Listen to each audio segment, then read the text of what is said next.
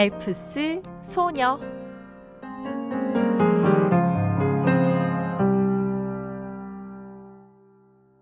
이거 입어. 윗세오름 대피소에서 내가 이를 부딪히며 떨고 있자 도민이 입고 있던 플리스 재킷을 벗어주었다. 패딩을 입고 오겠다던 나를 극구 말리더니 내심 미안한 모양이었다. 사양하지 않고 받아들어 다리에 감싸 묶었다. 상체는 여러 겹을 껴입어 그런대로 버틸 수 있었지만 하체는 스키니 바지 하나였다. 그 모습을 잠자코 보고 있던 제이가 다리에 착용하고 있던 발토시를 벗어 내게 건넸다. 아니야, 제이도 추울 텐데. 저는 하체는 별로 안 추워요. 고마워. 재빨리 토시를 받아들고 다리에 묶었던 재킷을 풀어 양발에 토시를 끼웠다. 한 겹을 더 입었을 뿐인데 몸이 따뜻해졌다. 함께 있다는 것이 이렇게 따뜻한 일이었나? 돌봄을 받을 누군가가 옆에 있다는 것이 새삼 따스하게 느껴졌다. 혼자 여행은 아무래도 추웠다. 이제 또 가볼까? 대피소 밖으로 나오며 도미는 나와 제이에게 스틱을 한 짝씩 권했다. 나는 내 몫의 스틱을 제이에게 양보했다. 발토시에 대한 나의 답례였다. 바람이 아까보다 더 강하게 몰아쳐왔지만 토시와 재킷을 얻은 나로서는 든든했다. 윗세오름 해발 1700m라고 새겨진 돌에서 사진을 찍고 그 너머를 향해 올라갔다. 지난번에 왔을 때는 눈보라에 감춰져 아무것도 보이지 않았는데 라산의 정상이 우뚝 솟아 있었다. 그리고 저 위에 록담이 있다. 흰 사슴들이 물을 마셨다는 그 록담. 남벽분기점은 록담의 둘레를 따라 난 길 끝에 있었다. 윗세오름까지는 눈이 얼추 녹았지만 이곳은 어찌된 일인지 눈이 녹지 않고 그대로 있었다. 그래서 더 장관이었다. 장대한 설산과 당장이라도 뛰어들고 싶은 코발트 블루빛깔 하늘이 펼쳐져 있었다. 이건 뭐 스위스 저리가라다. 한 번도 밟히지 않은 눈 위를 썰매를 타고 미끄러져 내려가고 싶었지만 가이드 줄 밖으로는 나갈 수 없었다. 이 광경을 혼자 보고 있기가 아까웠다. 여행은 소중한 것이 무엇인지 알려준다. 록담이 점차 가까워지자 엄마에게 전화를 걸었다. 침대에 누워있던 엄마가 몸을 일으키며 전화를 받았다. 엄마, 여기 어디게? 엄마가 놀란 얼굴로 반응했다. 한라산이네. 여기 한라산. 와본 적 없지? 없지. 보여줄게. 제자리에서 천천히 한 바퀴를 돌았다. 산에 오를 수 없는 엄마에게 온통 눈으로 뒤덮인 라산의 절경을 보여주었다.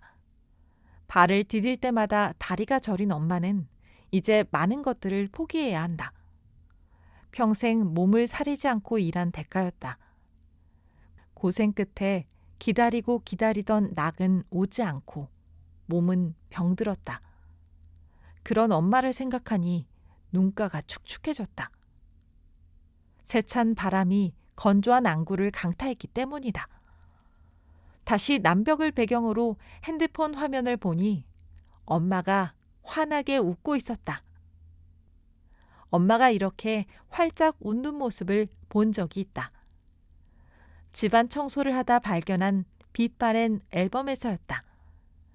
아직 30대였던 엄마는 그때만 해도 활짝 웃을 줄 아는 사람이었다. 저기가 백록담이야. 멋지지? 멋지다, 우리 딸. 한라산이 멋지냐고 물었는데 딸이 멋지다고 했다. 처음이었다. 엄마에게 멋지다는 말을 들은 것은 일을 그만두고 글을 쓸 때도 남들과 똑같이 살라던 엄마였다. 글쓰기를 그만둔 이후에도 직장에 다니지 않는 딸에게 안정적으로 살아야 한다며 공무원 시험을 권하던 엄마.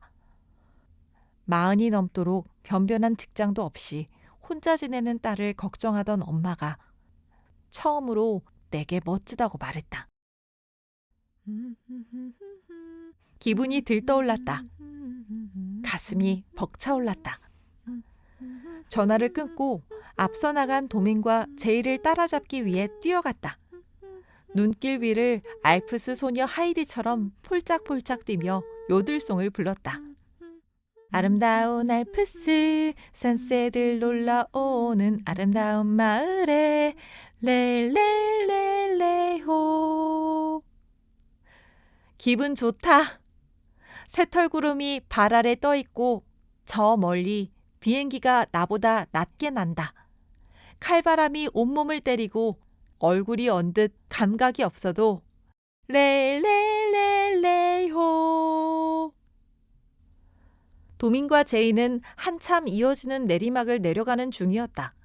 계단이 있었지만 눈에 덮여 있어 미끄러질 수 있었다. 스틱을 짚고 있는 제이가 선두에서 병목 현상을 만들고 있었다.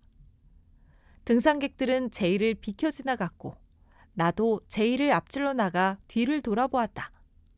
앞에서 보니 제이는 웃음기가 사라진 얼굴로 거의 사족보행을 하고 있었다. 그야말로 스틱에 상체를 태운 채 내려가고 있었다.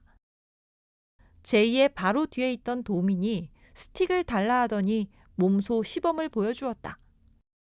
스틱을 앞쪽에 꽂으면서 발을 동시에 이동시켜. 이렇게. 무게중심을 왼쪽에서 오른쪽으로, 다시 왼쪽으로 옮기는 도민의 동작은 꽤 난이도가 있어 보였다. 아침에 제이가 몸 푸는 장면을 보았기에 소화할 수 없을 것 같았다. 내일이면 제이는 온몸이 다 쑤실 것이다. 남벽 분기점으로 향하는 내내 바람이 사방에서 몰아쳤다. 이곳이 남쪽을 향하고 있음에도 눈이 녹지 않은 이유를 알 것 같았다. 얼음장 안에 있는 것 같이 춥고 고양이 발톱 같은 칼바람이 휘몰아치기 때문이다. 우레와 같은 바람 소리가 귀청을 얼얼하게 했다. 핸드폰으로 사진을 찍으면 바람에 손이 흔들릴 지경이었다. 결국 사진 찍기를 포기하고 눈에 담아두기로 했다. 라산이, 록담이, 이 멋진 녀석들. 지금 이 순간을 잊지 않기 위해 고개를 들어 면면을 샅샅이 살피고 다시 걷기 시작하려는데 도민이 제이를 지나쳐 내 앞으로 왔다.